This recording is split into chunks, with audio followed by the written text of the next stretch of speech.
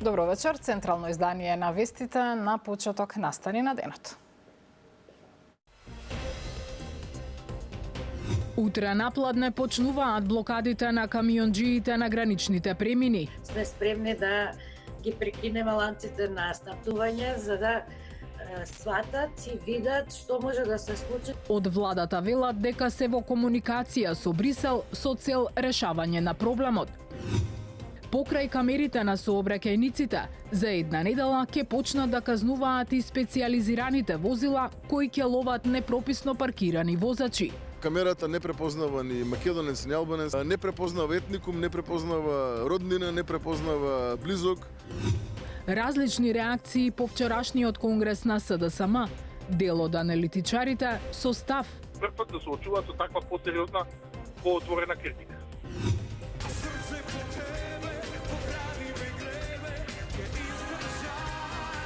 Со различни настани, Македонија го одбележува роденденот на Тоше Проески. На роденденот на Тоши за 28 август, па едно 15 пати имам даден.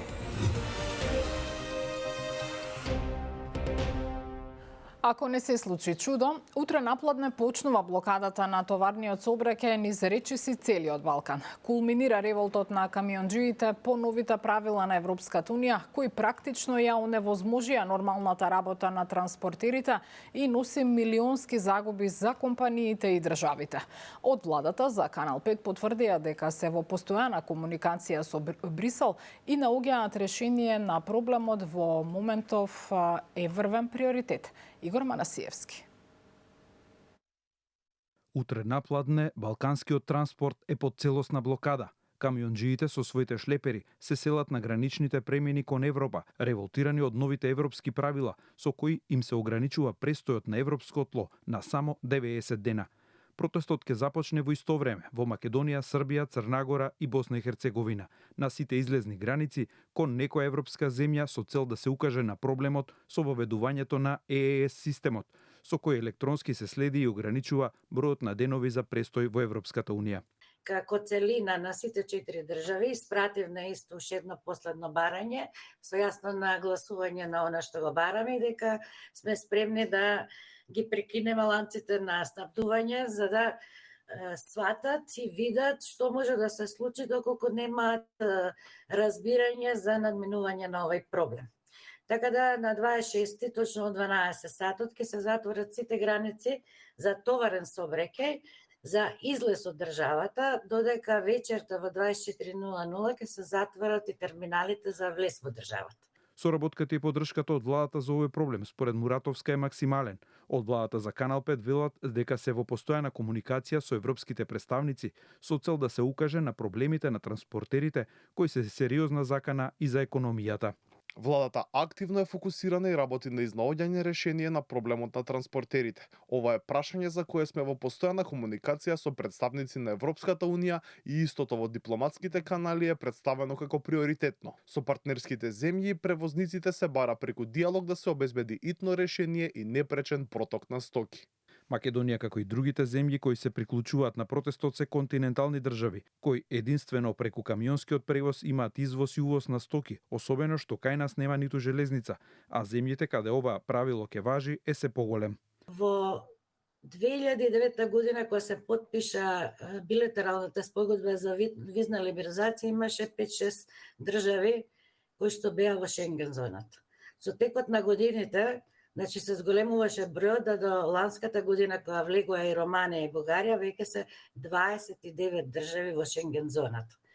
Затоа што тука се и Норвешка и Швајцарија, иако не се членки на Европската унија, што значи дека она што порано го решаваме во 5 држави, во 10 држави, веќе се пренеси на цела територија на Европска унија.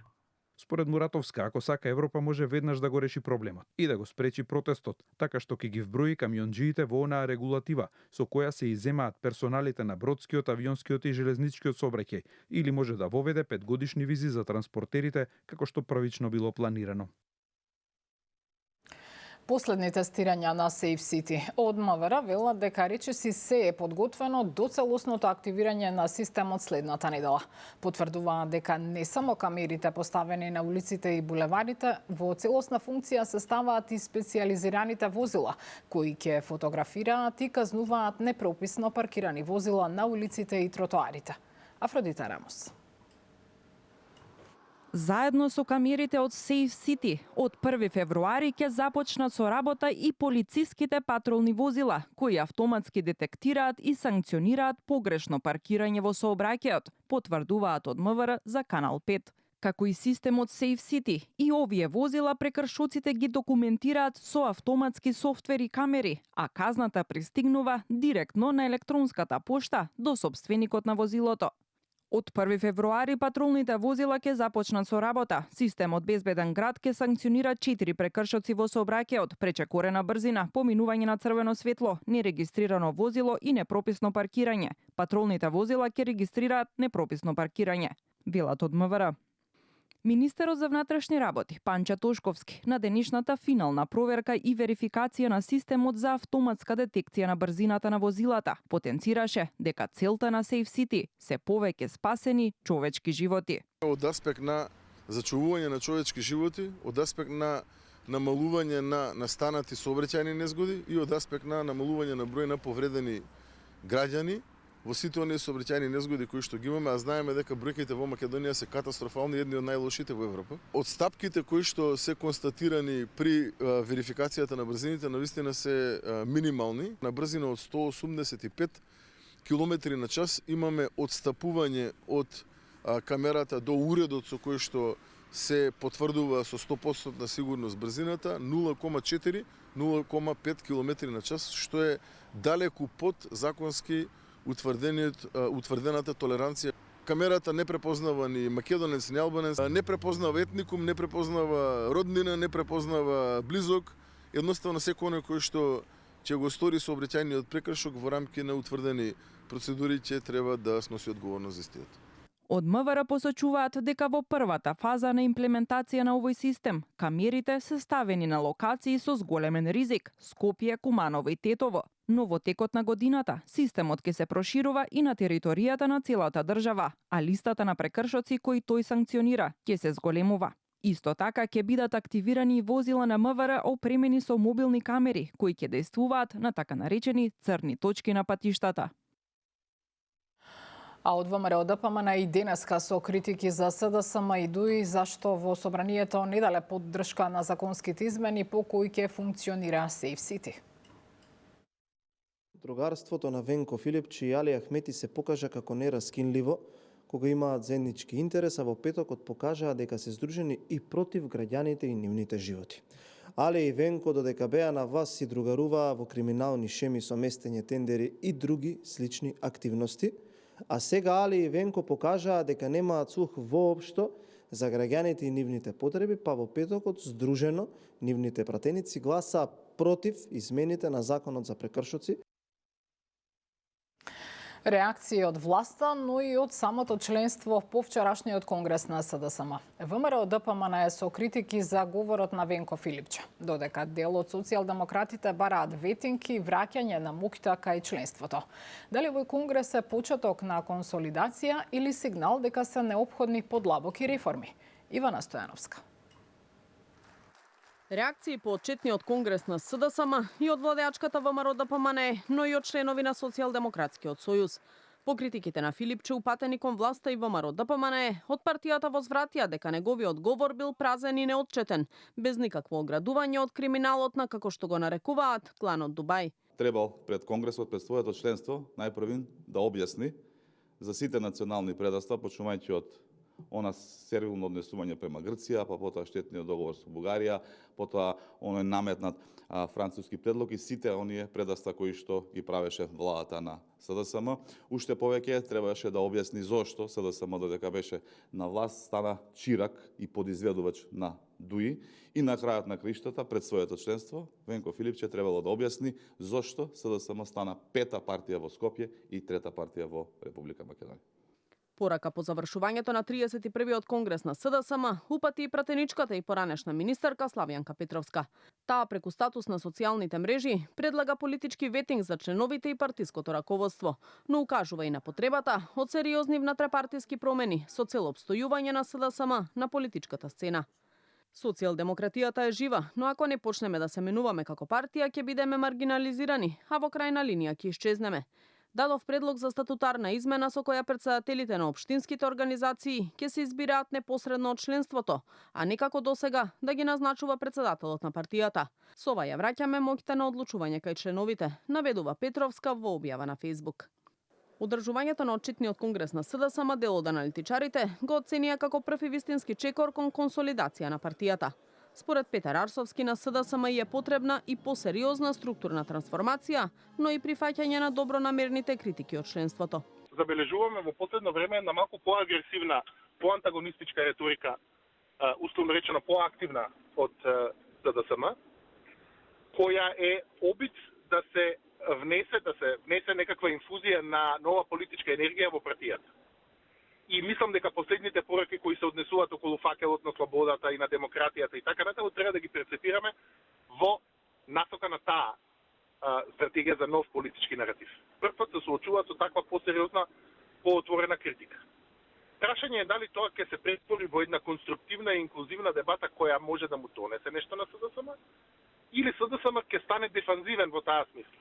По повикот упатен од Конгресот сами да ја напуштат партијата, докако што ги нарече Филипче оние кои ја подкопуваат СДСМ, уфрлени според него како тројански коњ. Досега нема коментар од Петре Шилегов и Јован Деспотовски, како најгласни критичари на начинот на управување на СДСМ од страна на актуелното раководство. Како врз граѓаните ќе влијаат новите забрани за пушење и како оваа појава е регулирана во развиените земји? Јас мислам во Англија, колку што се сеќам, казната е 200 фунти за пушење на јавно место. Кочанските оризопроизводители најавуваат масовен протест доколку итно не се најде решение за откупот на оризот. Речиси целиот род стои неоткупен, а цените се движат на мизерни 17 до 22 денари, далеку под реалната производна цена. До вторник Министерството за земјоделство има рок да понуди мерки. Во спротивно, незадоволството од терен ќе ескалира.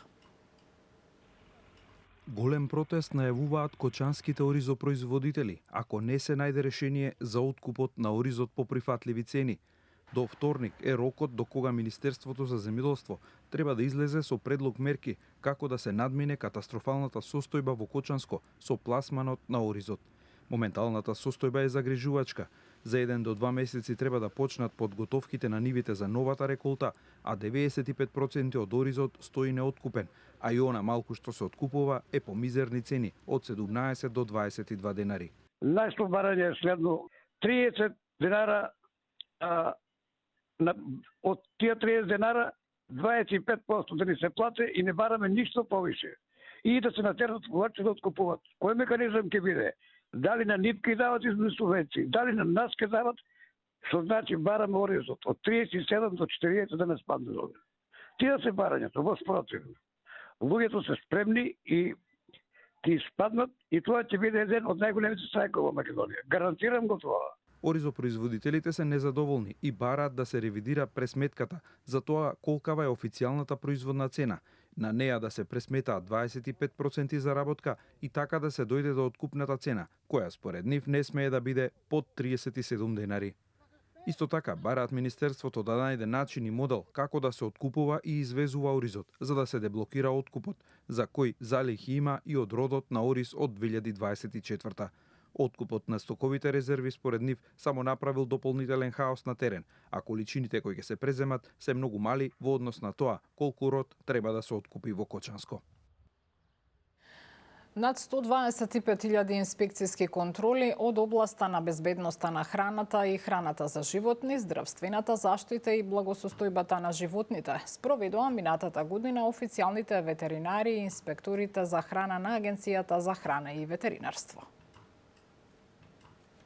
Во 2025 година од купниот број реализирани се вкупно 47.200 контроли во надрешниот провед во рамки на редовните и вонредните инспекцијски надзори, при што беа издадени 5406 решенија, поднесени беа 10 прекршочни пријави, изречени беа 1073 прекршочни платни налози со вкупна вредност од 618.000 евра во денарска противвредност.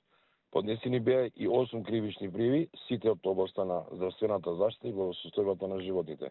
Во рамки на овие контроли, одземена и нештетно уништена беше и небезбедна храна, од кои месо и месни производи, млеко и млечни производи, јаткасти плодови, јајца, риба, кондиторски производи и алкохолни и безалкохолни пијалоци во вкупна количина од 355.377 килограми. Никаде во светот не можеме да гарантираме 100% дека е безбедна храна. Нормално, како директор на Агенцијата за храна и ветеринарство, во наредниот период, покрај редовните инспекцијски контроли, ќе имаме и вонредни инспекцијски контроли. Ќе се водат контроли каде што задолжителни здравствени прегледи на вработени лица во однос на хигиенските и микробиолошките барања за безбедност на храната. Денеска Тоша Проевски ќе наполнеше 45 години. Иако веќе речиси 19 години не е со нас, за многумина. Тој има само датум на раѓање, а не и датум на заминување. По повод неговиот роден ден, денеска се одржаа повеќе манифестации во негова чест, меѓу кои и крводарителски акции. Елизабета Дамјановска-Спасеновска. Тоша Проевски има само ден на раѓање, 25 јануари 1981 година. Ова го велат неговите бројни фанови, кои не го забораваат ниту него, ниту неговиот роден ден и 19 години по неговата трагична смрт. Ако Тоше беше жив, денеска ќе го прославеше 45-тиот роден ден.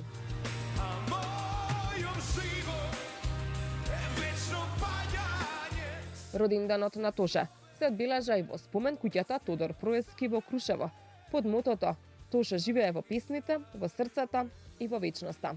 А беше промовирана и новата книга посветена на Тоша.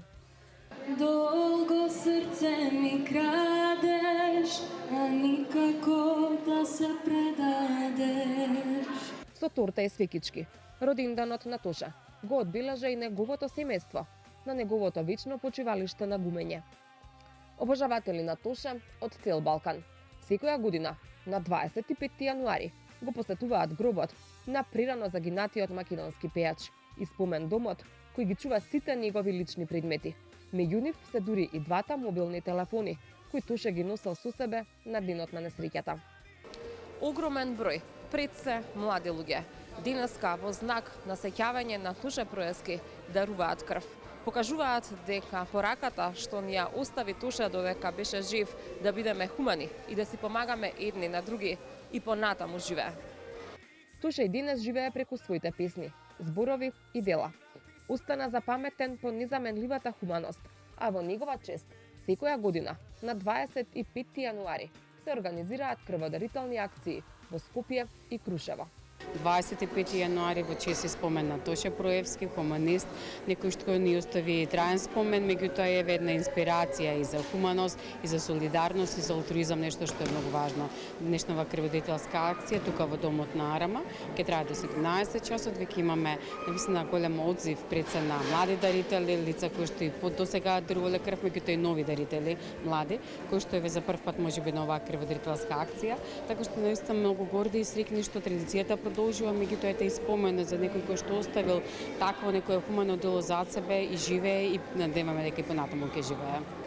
Претежно се млади лица, што ме радува, а секако веќе увидовме дека имаме доста голем број на првократни крводарители. Јас дарував, дарувај и ти, беше мотото на Тоша. И денеска многу млади го следат неговиот пример. По 11 пат. На роденденот на Тоши за 28 август, па едно 15 пат имам да верам. Не знаеме кај ќе отиде крвта, ама нека се спасува живот, било кој. Па денеска по 7 пат, така да се продолжи традицијата. Што ве инспирира и мотивира?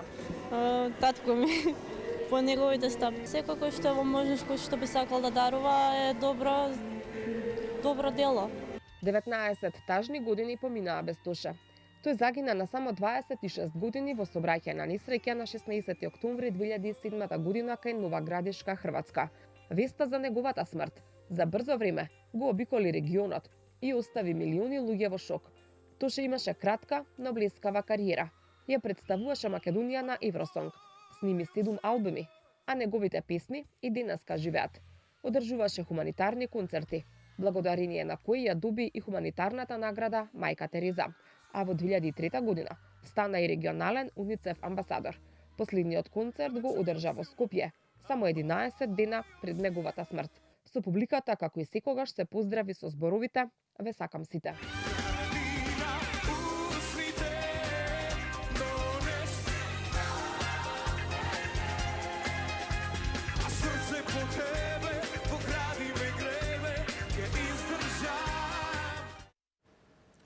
За отпорот кај дел од граѓаните во земјава по најавените ригорозни рестрикции на пушењето во угостителските објекти и јавните површини. Како е тоа регулирано во Обединетото кралство? Кои се најдобрите начини за откажување од пушењето како механизам против штетната зависност? За овие и други теми, Сања Трајковска-Ставров разговараше со психотерапевтот Жана Базби, која живее и работи во Лондон. Кај нас, например, малку од социолошки аспект ние на Балканот генерално е тоа кафе без цигара, не е кафе, меѓутоа таму притисокот доаѓа од самото општество. Можеме ли ние некако да дојдеме до тоа? Да, јас мислам со ефективни стратегии, ефективни програми кои што треба да бидат, значи, на некој начин холистички, целокупни програми. Не се работи само за воведување на закон, поставување на казни, кои, да, точно е, спрема стандардот на луѓето се овде многу високи. Јас мислам во Англија, колку што се сеќам, казната е 200 фунти за пушење на јавно место. Во авион, не знам дали знаете, без разлика е 1000 фунти. Меѓутоа, ете, на луѓето им е лесно во авион да не пушат, некако сите го прифатиле тоа. Културата е друга таму.